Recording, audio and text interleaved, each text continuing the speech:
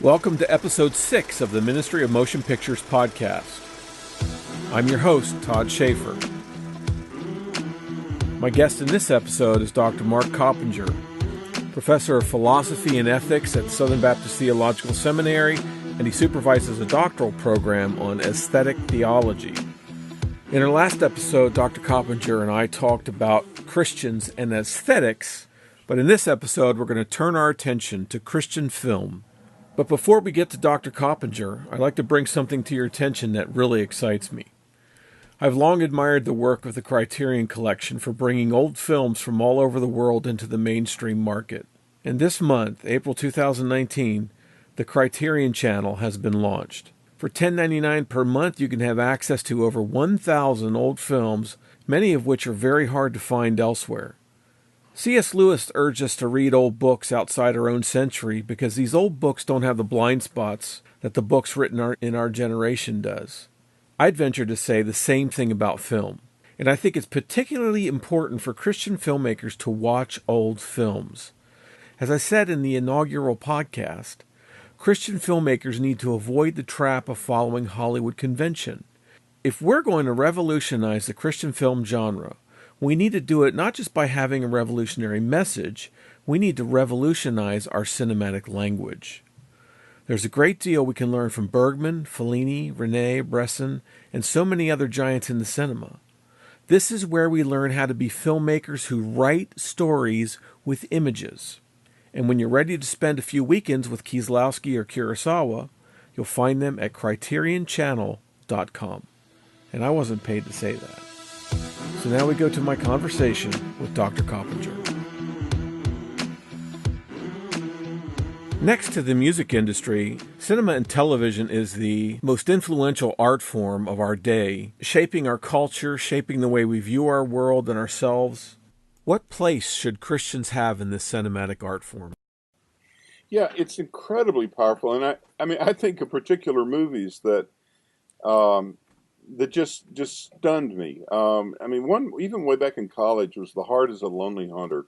Had Alan Arkin in it, and it was about an unappreciated deaf man who cared for all these other people. And I don't know. I think on a scale of 1 to 10, my sensitivity to hurting people went from, who knows, from a 4 to a 7 or something. It was just quite amazing.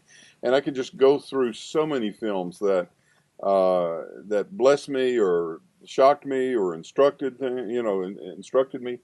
And what struck me is very strange. I was I guess you could say kind of a film buff, and when I went through my doctoral program at Vanderbilt, and I would go probably each week, and then I went to Wheaton to teach. And in the day, they were just 10 years away from saying that you couldn't go to movies if you were at Wheaton. And I had no idea because I'd gone all my life. I would see everything from Davy Crockett to Sound of Music to whatever to Ten Commandments. And so I would mention a film. I might be talking about Deer Hunter. That was in that day, or I don't know, MASH or something like the original, not the TV show. And some of the people were like, "Oh my goodness, we can't mention that. It's kind of a shock." The funny thing was, even before that, when I was coming out with my doctorate, I was in touch with King's College in Briarcliff Manor, New York. It's since moved to Manhattan. It was in the Empire State Building. Now it's down near Wall Street. And I was talking to the dean, and we were, making progress. And then I found out that you couldn't go to movies or to Broadway plays. And I thought, I'm just an hour up the Hudson from Sound of Music. What's that about? And so I just said, wow, I don't think this is going to work. So it astonished me that, and I understand there's just a lot of craziness and evil in the film industry, but it astonished me that they would absent themselves from that. Now, by the time I was at Wheaton, you could go to films, would be cautious, but still, it was just crazy to me. I thought, are you kidding me? This is like a nuclear device, and or a nuclear power plant, and you guys don't have anything to do with the electricity. It was very strange. Yeah, I grew up in the Southern Baptist Church, and my parents told me that when they were in their late teens, that the church forbid them from going to the cinema, along with dancing and drinking. cinema was one of the evils of our age. Right. Yep. No, that was. I mean, the old joke about dancing was that you shouldn't be involved in premarital sex because it leads to dancing. I mean, it was just kind of. But anyway, there's a lot of variety in that, and of course, I mean, there are dangers and concerns all over the place. But to be, I mean, it's kind of like that H. Richard Niebuhr book, Christ and Culture. In many cases, there was a Christ against culture view, which is more associated with, well, extremely the Amish or something like that, where the world is wicked and you don't touch it with a stick. He has 5 ways that you relate. Sometimes it's the Christ of culture, Christ of culture and paradox, and so forth. And I partake of all of his approaches. I've never drunk alcohol. I mean, I was raised in a Baptist preacher's home, and it just wasn't part of my life. And all through the Army and grad school, I never needed it, but other Christians I've worked with do. So, but and I used to subscribe to HBO for a while, and then I just don't want to give them my money anymore because they do some terrible things, I think, or have. But I can appreciate when they run the Tuskegee Airmen thing, but in other cases it was trash. So sometimes I separate, sometimes I mix it up with, I don't want to judge people for their own personal choices, but to just say film is verboten, it just seems odd to me. Yeah, it was a very short-sighted perspective, especially given the fact that it has such a tremendous reach and potential for influencing the world. Incredible. And by the way, when I travel around the world, I'll see, and whether it's Jakarta or I guess Switzerland. I remember watching Schindler's List in Switzerland and seeing movies on billboards in all kinds of places around the world. The American film industry is a huge cultural force, not only here but all around the world. Years ago, when I formed Glorious Films, I reached out to about 25 different theologians and people in the Christian world who I respected, who seemed to have some sort of interest in the arts based upon articles or books that they had written or things I had heard in conference messages. And I didn't want to do what I was doing alone. I was sort of in my bubble up here in Montreal, and I wanted to assemble an advisory board whom I could reach out to and bounce some ideas off of, show work in progress, get feedback, get really solid feedback from these influential people. And you were one of the first ones who responded to me with a yes. And since then, you have been one of my biggest champions and my most faithful counselor in this effort. And so my question to you is, as a very busy man who's got his fingers in so many different things, why did you say yes? What is it about Christian filmmaking that motivated you not only to be a part of my advisory board, but to lead it? Well, I think part of it is just astonishment at the power of film and what can be done with it. And then when it's harnessed to represent the gospel or Christian understandings, I'm thrilled. And by the way, I mean, we've talked about this. Sometimes it's like, oh, that's so awkward and the like. But, maybe it's from working in a seminary. If somebody tries their first sermon and, it's 10 minutes long and it's, all of sin, wages of sin of death, and third point is every Baptist a tither, and the illustration is awkward and stuff. Instead of being appalled, that's like, well, that's a start. So I'm kind of encouraged when people are giving it a shot. I will say this, that sometimes you get great stuff done by non-evangelicals. I mean, I have to say I was, certainly blessed by Chariots of Fire and Trip to Bountiful, and there are a few others. And even, it's funny, we had some really pro-abortion movies like Vera Drake and Cider House Rules. But then right after that, you had Juno and Bella, and there's the Catholics they're making some good stuff too. Mel Gibson has done some stuff. Of course, you have as well. But it is funny how you get to. It doesn't have to come from the Billy Graham Association to thrill you.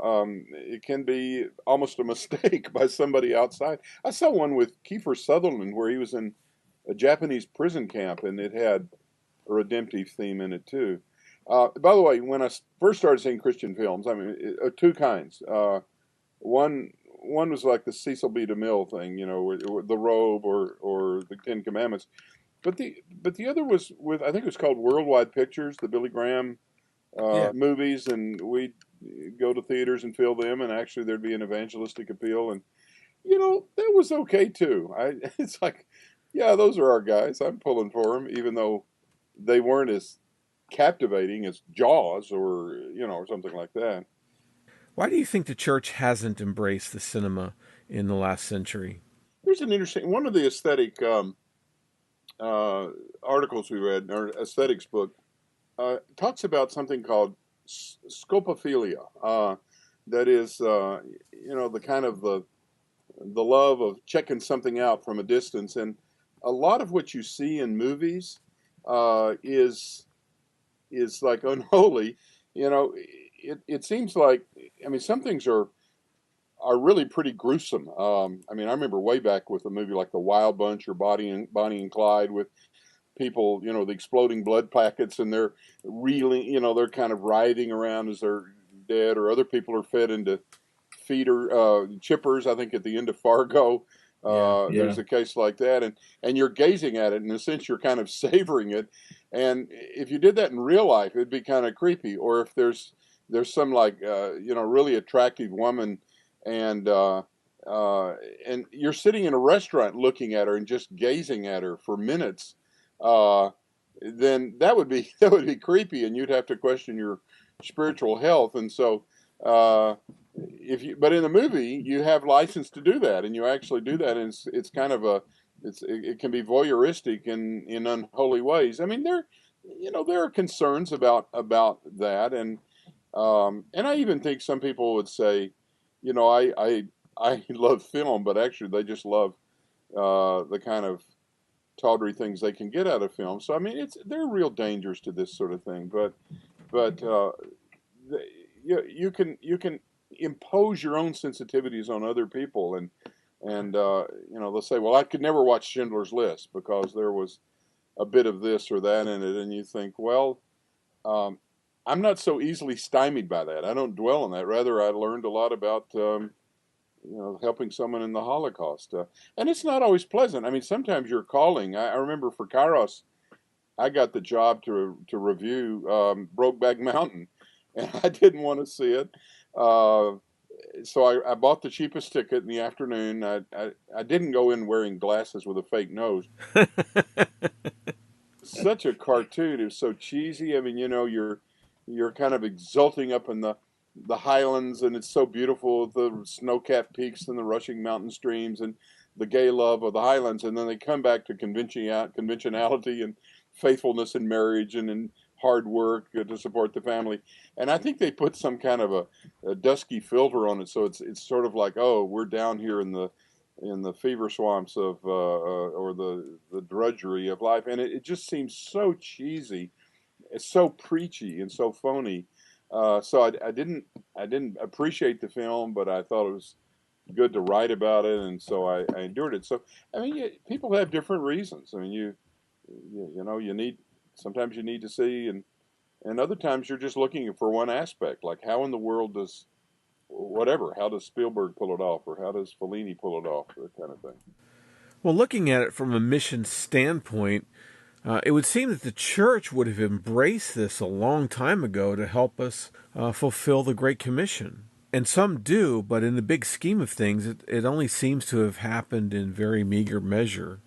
Yeah, and I mean, here are a couple of things that come to mind. One, I read this article with regard to it was about newscasters and sportscasters, and how the big voices on the air are typically Jewish or Catholic. And so, with regard to news, you'll have Hannity, Sean Hannity or Bill O'Reilly or Chris Matthews, and it goes on and on and on down the line. The Jewish, Bill Kristol, Michael Medved, Mark Levin, and the like. And you don't have that many evangelicals. And I think that our tradition is more, is not to, I don't know what it is, engage the culture, I mean, except maybe in some politics like against abortion, but to really get into the culture And so we just sort of absented the field, and we don't quite know how to do it, and we don't have like our own whatever Spielberg or Orson Welles or whatever.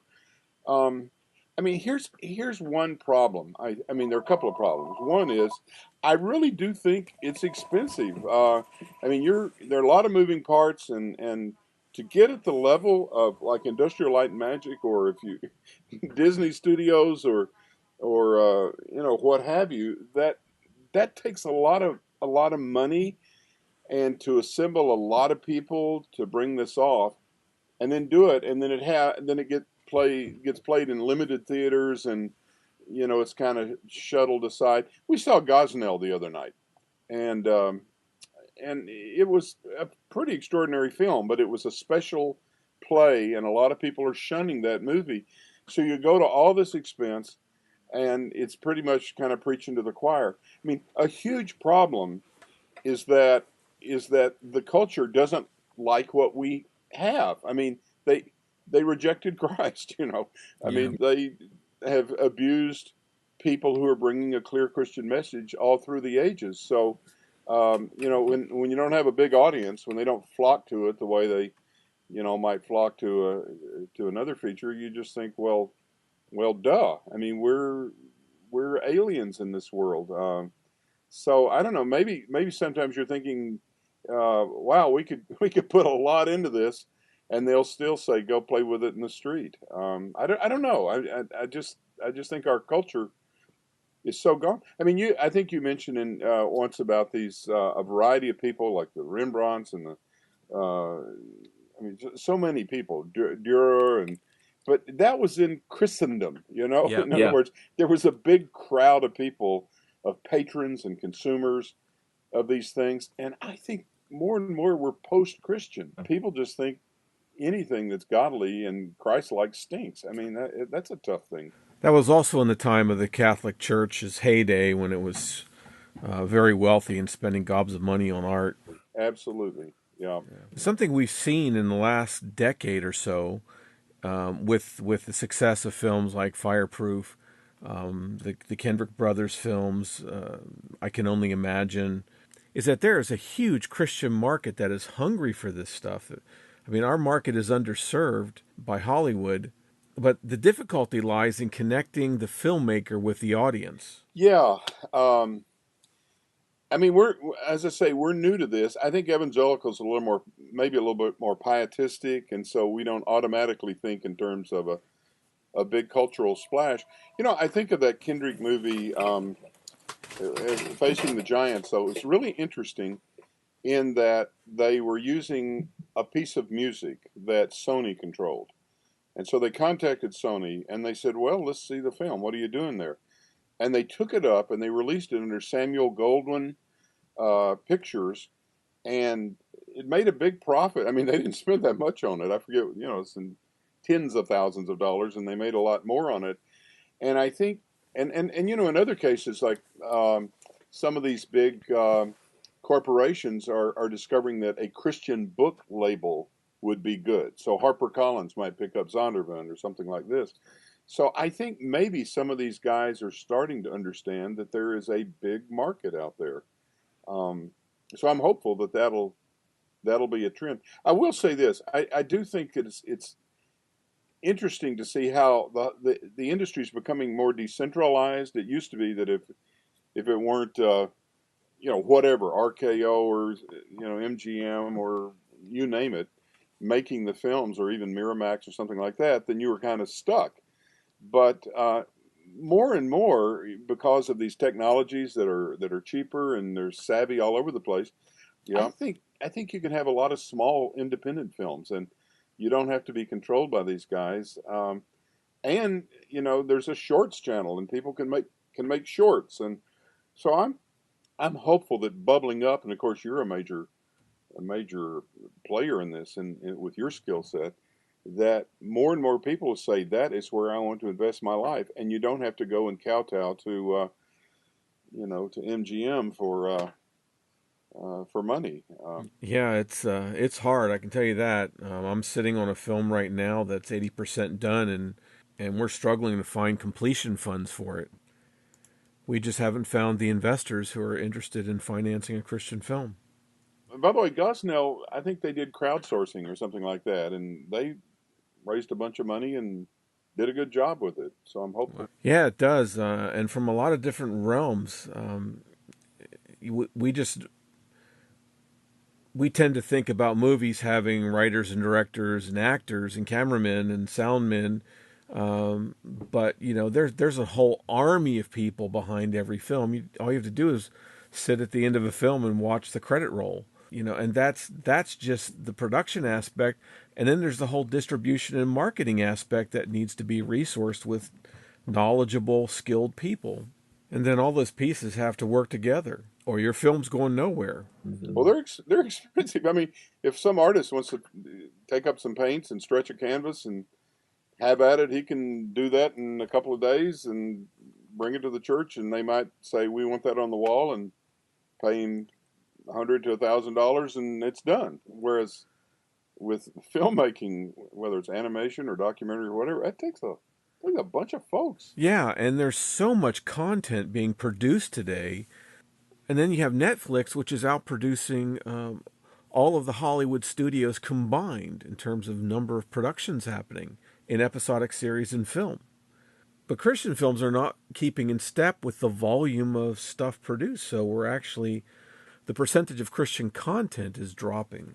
Partially too, if I have $1 million and I can give it, and have my name on the scoreboard at Rice University or, the Arts Center at Vanderbilt or something like that, and they'll see it for generations. Why would I give my $1 million to a guy who says, "Look, this might work, and we might get some distribution, and it's the life of Roger Williams, and we're pretty excited about that." And I say, "Yeah." So it plays for 3 weeks, and then what goes to cable? I mean, it's so important for people to realize how incredibly impactful these things can be.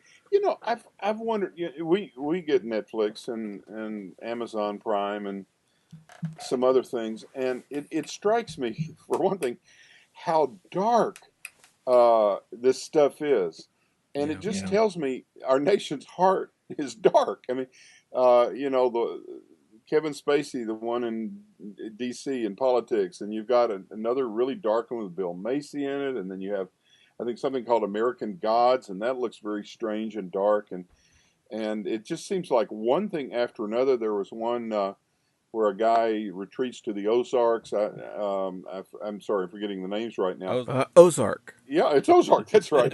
But I'm just thinking, when you get to know these people, it's just so dark and dysfunctional, and that seems to be, I don't think these guys are economically insane, like, oh, if we make that, we'll turn people off and never watch it. People are going to it like hogs to slop, and it's being made, but I just wonder if the people have any appetite for something uplifting. Again, we are an audience. I guess I'm thinking evangelism now and outreach, but we're an audience, and so we're happy. I saw one called The Apostle Paul recently, which I thought was very good. Jim Caviezel was in it, and I really liked that. But I thought, I'm not sure that the world at large, even if we make it super good, would want it. The tastes are so degraded now. But nowadays, the streaming services are not really abiding by any kind of meaningful rating system. Although I did read recently that Netflix is going to be following the Motion Picture Association of America's rating system. But the other thing is that people just don't care about the ratings anymore. And in fact, the more mature a rating is on a program, the more desirable it is. I think that there is a large section of the unbelieving audience that does want quality, wholesome, uplifting films that aren't always dragging in the gutter. When I talk to my non-Christian friends, I've been surprised to find how many of them have very high standards, in fact, higher than some Christians I know, for the kinds of entertainment they watch. Yeah, I was in the Pentagon. I'm an old ROTC product from 1970 and did 28 years, and the Guard and Reserve. And so some of my last assignments were at the Army Office of Public Affairs. And one of my assignments was to coordinate with the Army for the premieres of Clear and Present Danger at the Kennedy Center. And there was one with Pauly Shore called In the Army Now. And wasn't much good, but it was made at Fort Sill. And so they had a special showing at the MPAA headquarters. I think it was Jack Valeni was head of it then. And I met him in his office and we talked a little bit. But yeah, I mean, that was kind of a marginal thing, but I've been in their offices and seen their work. Incidentally, there's a guy when I was there in the Pentagon named Phil Straub whose job was to coordinate with television and movie people to see they would request gear like in the right stuff or something, or not the right stuff. The one with Val Kilmer and Tom Cruise about flights off a carrier. I'm drawing a blank right now. Top Gun. Top Gun and Miramar out there to get the use of an aircraft carrier. Then you have to clear it with the Pentagon, and if they say no, then you end up kind of having to simulate, or if you're going to use real Humvees or whatever. But that is a big, big deal that the Pentagon is concerned about. Is how we play in the movies. They know they're important. For sure. But you're right. I think one big reason, I think it's sad, but one big reason people get HBO and Cinemax and so forth is that way they can, in the privacy of their home, see naughty things, and and they sure serve it up. One thing though about it's sort of like preaching or missions. You don't say, oh, well, if they don't have an appetite, I'm not going to do it. No, you preach. You preach the word. You do our stuff. I mean, that's our calling, and you do it the best you can. And, so what if most people don't pick up on it? And now they might. Yeah. I mean, what? Chariots of Fire won an Academy Award. I think they won Best Picture. Yeah, it did. By the way, one thing that encourages me, I think that we have areas where we can do some work, but as I think about going to the movie now, I look. Sometime I'll have a night off when I'm at Louisville, and I'll check. And it really does seem, and I'm not gainsaying this genre, but it's just one Marvel comic superhero.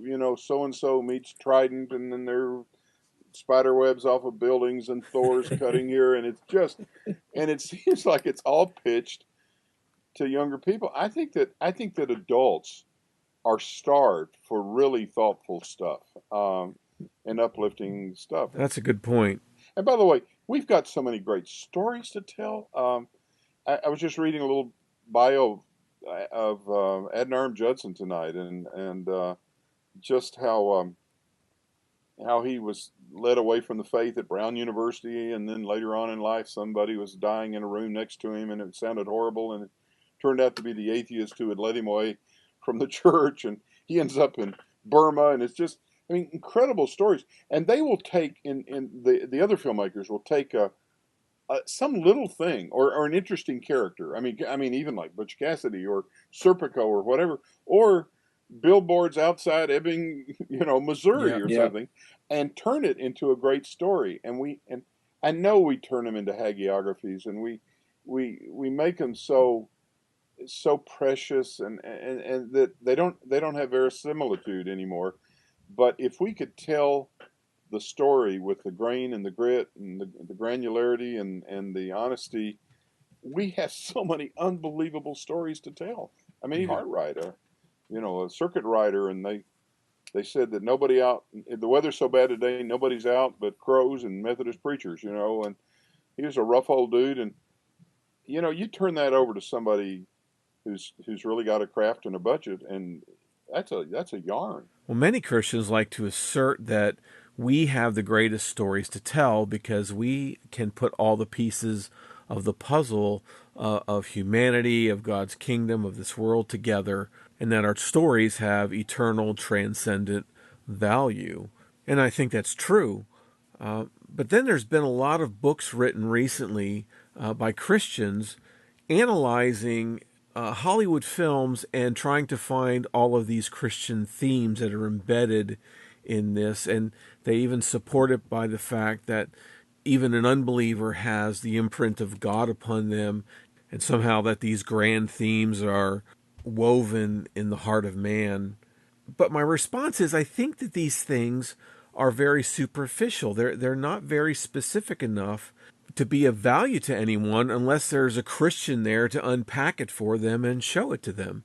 And then my question is, well, why don't you unpack Scripture? Because Scripture's much more powerful than some movie that never had any intention to communicate what the Christian is trying to pull out of it. The truth. Like, don't murder. Well, we're for that. It's not specifically Christian. I don't know if I sent you a copy. I used to edit SBC Life magazine, and I went out to L.A. and interviewed some people who were in the industry, and they reflected upon their work there. And one of the guys, it was a guy who actually made.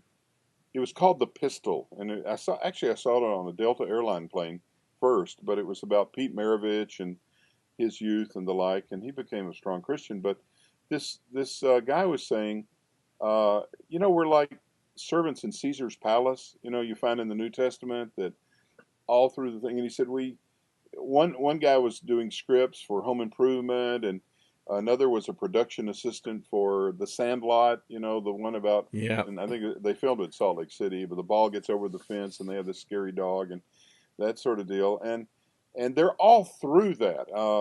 Jess Moody, when he was out there in Van Nuys, would have all kinds of people in his church. Some of them you just like, oh no, how you can't look to see how it's going to turn out with Burt Reynolds and Lonnie Anderson, or I think one of the Quaids was in there, and they had a guy named Al Kasha who won an Oscar for doing the music for either the Poseidon Adventure or Towering Inferno.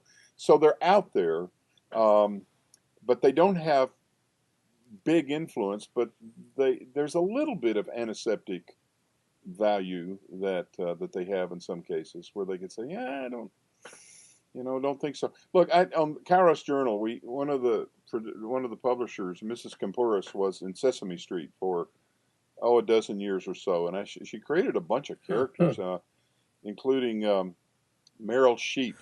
Meryl Sheep, she co-hosted the Today Show with the Count, and every once in a while, Henson would say, "Hey, let's do this. Let's kind of make something cute about witches," and she'd say, I don't feel good about that. I mean, this was Anton LaVey's season, and the Count is Dracula, and why don't you make somebody his wife? And she said, I don't feel good about that, to sort of make light of the occult. And Henson would back off, and he'd say, well, we'll do something else. We'll change this little jingle. And so, yeah, God bless them, but I think it's a long way for devout Orthodox Christians to be studio chiefs, but I think it's a both and thing. Christian filmmakers, and then we need people who are throughout the industry. And I do think the industry's having a tough time. I mean, I know Amazon, Netflix, these guys are going great guns, and it kind of hurts my feeling to go to the theater and there were like 8 people in there, and so I try to buy a bunch of popcorn and Coke just to keep the thing afloat. I think they're in a teachable moment now. Well, the whole industry right now is in a very confused state, and everybody's very insecure about it because the streaming services have established themselves, and there's this big power play, and nobody knows how anything is going to fall out, whether they're going to be able to make money and it used to be that you could pre-sell your film to different territories before you made the film. In order to finance it, but you just can't find anybody who's going to do that today, or if there are some, they're very, very hard to find. Did not know. Not surprised. Yeah. Not surprised.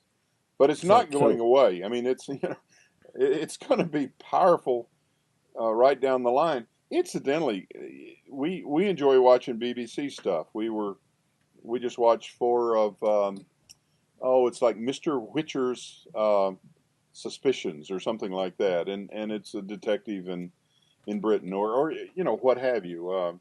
What was it, Summerby Murders or something like that. Sometimes we watch these murder mysteries, and it seems as though almost every time when there is early on someone in the episode who has a Bible and quotes verses, or has a cross on the wall, Huh. or they're either going to be the murderer or some kind of creep. It's just so predictable.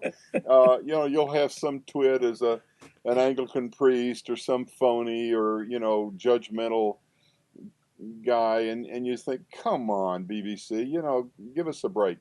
So, boy, if some of these could just do a sympathetic treatment of a minister, and we've done the same thing. I mean, you'll have a guy preach hellfire and brimstone out in the Wild West, and then in the night he'll slip around behind the wagon and take a nip and try to grab some gal or something like that. And you say, yeah, come on, give us a break. I'll continue my conversation with Dr. Coppenger in our next episode. Thank you for joining us on this edition of the Ministry of Motion Pictures podcast. You will find the Ministry of Motion Pictures on the web and the show notes for this episode at ministryofmotionpictures.org. And don't forget to check out the Criterion channel at criterionchannel.com.